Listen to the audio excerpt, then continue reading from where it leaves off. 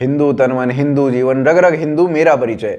ये कविता थी अटल बिहारी वाजपेयी की, जो कि भारत रत्न है। और अटल जी अगर इस कविता को ऑक्सफोर्ड यूनिवर्सिटी में गा देते तो भाई अटल जी को ऑक्सफोर्ड यूनिवर्सिटी से बाहर निकाल दिया जाता इस्लामोफोबिक बोलकर। मैं अभी तक समझता था ऑक्सफोर्ड यूनिवर्सिटी जो है वो यूके में है, मगर मुझे ये नहीं पता था कि यूके का वक्त खुद वेस्ट बंगाल में है, वहीं पर जय श्री राम बोलने पर प्रतिबंध है। तो जी बात करेंगे रश्मि सामंत की, बात करेंगे उन पर हुए ऑक्सफोर्ड यूनिवर्सिटी में हिंदू होने के कारण रेसिस्ट अटैक की, बात करेंगे कि उनको देश वापस क्यों आना पड़ गया जबकि वो ऑक्सफोर्ड यूनिवर्सिटी की प्रेसिडेंट बन चुकी थी स्टूडेंट यूनियन की। आप हमारे साथ बने रहिए, देखते रहिए आज की ताजा खबर।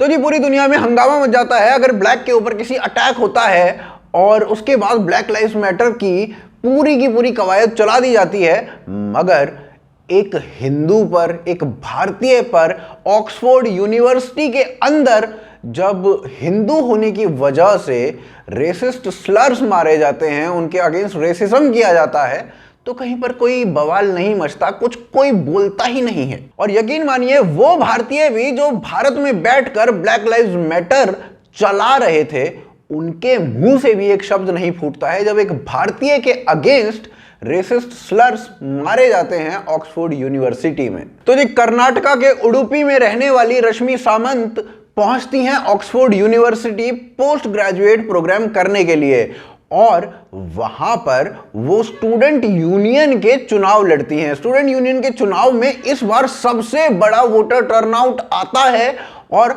रश्मि सामंत सबसे बड़े, आज तक के इतिहास के सबसे ज्यादा वोट से जीतती हैं। रश्मि सामंत पहली इंडियन हैं जो ऑक्सफोर्ड यूनिवर्सिटी के स्टूडेंट यूनियन की प्रेसिडेंट बनती हैं, लेकिन 6 दिन के अंदर अंदर ही उन्हें इस पोस्ट से रिजाइन कर देना पड़ता है। क्यों?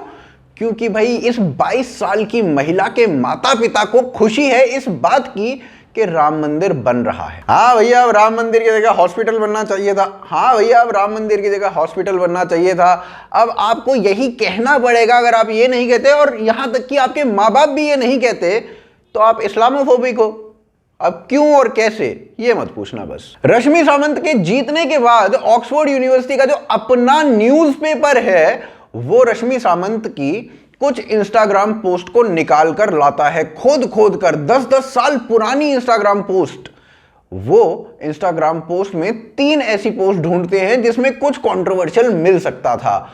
जिसमें एक पोस्ट में जब वो मलेशिया गई थी तो वहां पर उन्होंने कैप्शन में चिंग चोंग लिखा था, जिसको उन्होंने एंटी चाइना, एंटी एशियन बताकर कहा कि भाई ये तो रेसिस्ट हैं। दूसरी में उन्होंने एक पन लिखा था हॉलोकास्ट पर, जो कि उन्होंने हॉलोकास्ट में या फिर कहें जूस के अगेंस्ट बताकर कहा कि ये तो एंटी जू हैं। और तीसरी पोस्ट में तो उन्होंने कमाल ही कर दिया था। तीसरी पोस्ट में उन्होंने लिखा था men, women and trans women.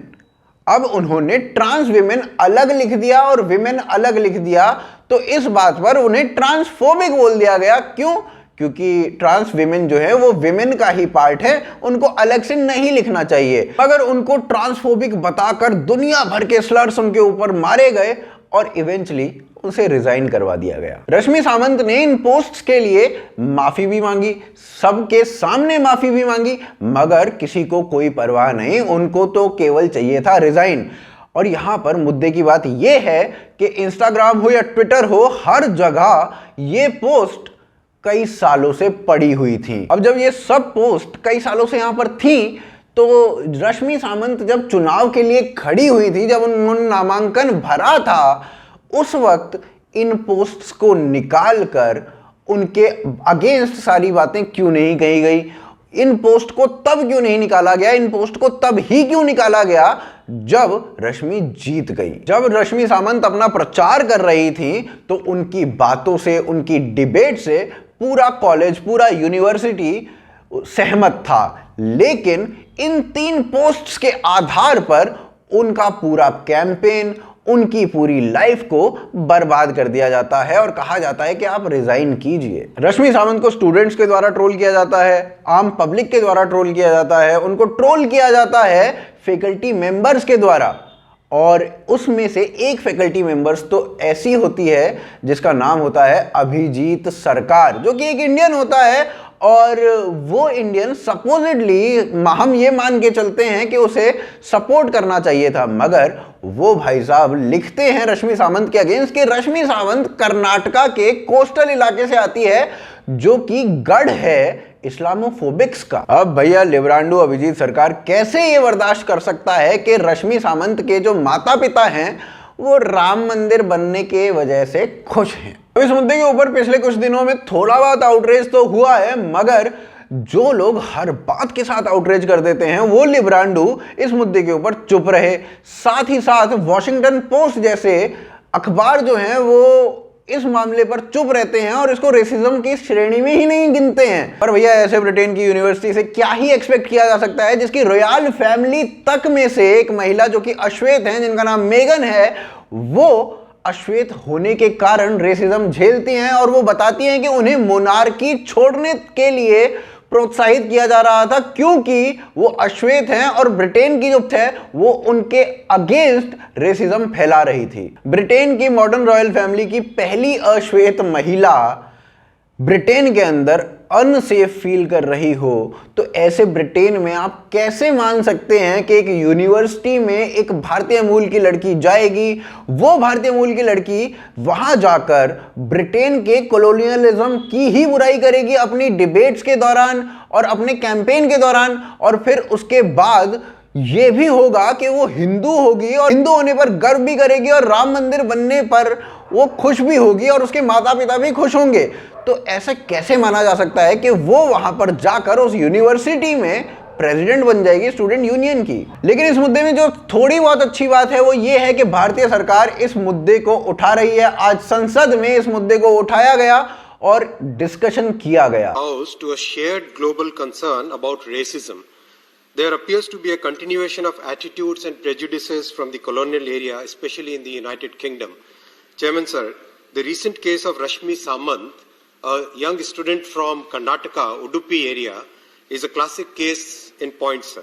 Bharat की शायद सबसे अच्छी बात ही ये है कि भारत अपने लोगों को ऐसे मझधार में नहीं छोड़ता है अकेला, और जब भी उन्हें जरूरत पड़ती है भारत उनकी मदद करने के लिए पहुंचता है। और ये बातें हमने बहुत बार देखी हैं, चाहे वो इटालियन मरीन केस हो जब भारतीय मूल के 2 मछुआरों को इटालियन नागरिकों ने मार दिया था, और चाहे वो गलती से ही मारा था मगर मार दिया था, उसके बाद भी भारत ने अपनी सॉफ्ट पावर दिखाई थी और इटालियन मूल के उन लोगों को भारत में सजा काटने के लिए मजबूर करा था।